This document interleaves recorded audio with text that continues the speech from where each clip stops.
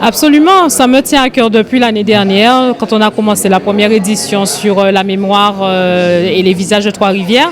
Donc, juste un petit rappel que la mémoire, c'était les personnes à partir des octogénaires jusqu'au centenaire, parce qu'on a eu des photographies, des interviews de ces personnes-là qui nous ont raconté l'histoire des quartiers en temps longtemps et de ce qu'ils en pensaient avec l'évolution maintenant dans le monde moderne.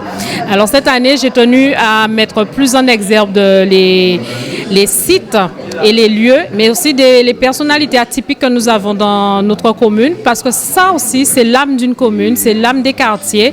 Donc, c'est ce qui fait notre rayonnement, en tout cas, en intérieur comme en extérieur. Rivière, c'est une belle reine caraïbe, comme j'aime à le dire, par rapport à son héritage patrimonial amérindien, mais aussi colonial. Et donc, c'est cette diversité qui fait sa force, en tout cas, et qui nécessite, en tout cas, sur une vision politique, qu'on puisse s'arrêter un moment et avoir une vraie vision économique et touristique pour ce territoire. C'est simplement, c'est dans mon âme, ça coule dans mes veines, c'est parce que je suis très chauvine que j'aime ma commune, tout simplement. Donc c'est ça le but en tout cas, de faire découvrir Trois-Rivières dans sa profondeur ou de la faire redécouvrir à ceux qui avaient déjà un peu oublié. Merci, je suis contente que vous l'ayez ressenti. Ouais, en fait moi j'ai une histoire particulière avec la Guadeloupe, c'est que je suis venue il y a 30 ans faire un stage quand j'étais élève infirmière. Donc là j'avais 20 ans, c'était mon premier grand voyage, je prenais l'avion pour la première fois, je traversais l'Atlantique pour la première fois. Et j'atterris sur cette belle île qu'est la Guadeloupe et on a eu la chance pendant 3 semaines d'étudier les liens entre la culture antillaise et la santé publique. Mais c'était pas que la santé, en fait on a couvert tous les aspects historiques, climatologiques, donc c'était passionnant, j'ai vraiment été bouleversée dans le bon sens, autant par la beauté des gens et des paysages que par l'histoire. J'avais 20 ans, voilà. Je suis revenue plusieurs fois en vacances et l'univers m'a ramenée ici définitivement, enfin oui je sais pas, je dis ça mais j'espère, il y a 4 ans. Je suis quelqu'un de sensible aux gens et aux lieux et j'ai vraiment eu la chance d'avoir été choisie pour capter tout ça et le reproduire, carrément. Déjà avec tout s'est enchaîné, c'est en m'inscrivant à un comité de quartier que j'ai rencontré Myriam Gallas, Monsieur Lavital. Et puis j'ai pu parler un petit peu de mes activités de photographe et aussi de comédienne. Et puis voilà, ça s'est passé comme ça, de façon assez fluide. Et pour la 2e année, j'ai la grande joie, à la fois moi en tant qu'habitante, je découvre plein de très très beaux lieux et je découvre l'histoire. Et je trouve ça super important de savoir où on vit, qu'est-ce qui s'est passé. Maintenant je vais pouvoir emmener mes amis voir tous ces lieux très chouettes. Ouais. C'est vrai, c'est passionnant de plonger dans le passé, de s'intéresser aux gens. J'aime bien comprendre. Déjà, je le faisais avec mes patients quand j'étais infirmière libérale en métropole.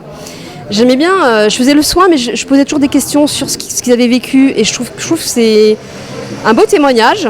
Les personnes âgées sont des bibliothèques. Et ça permet de faire des liens, en fait, entre, de poursuivre, d'être un lien, un trait d'union entre le passé et le futur, je dirais. Oui. Carrément, notre belle collaboration on dit jamais 203, donc il y aura un 3e projet l'année prochaine.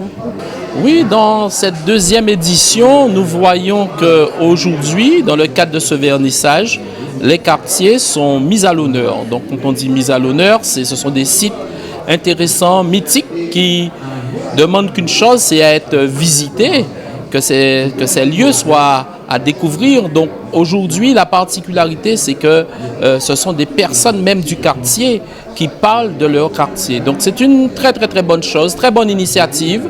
Nous sommes là pour encourager ce service, un service qui aujourd'hui permet de structurer davantage les comités de quartier. Les comités de quartier qui ont commencé par l'embellissement effectivement de leur lieu de vie.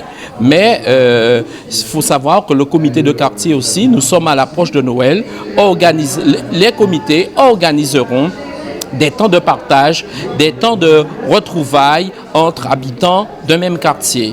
Donc cette initiative du jour est une bonne, elle annonce déjà d'autres activités et j'invite cette population de Trois-Rivières, cette population de Guadeloupe à découvrir à travers ces différentes prises de vue, à travers ces reportages, la vie de nos quartiers, la vie de ceux qui ont fait notre quartier.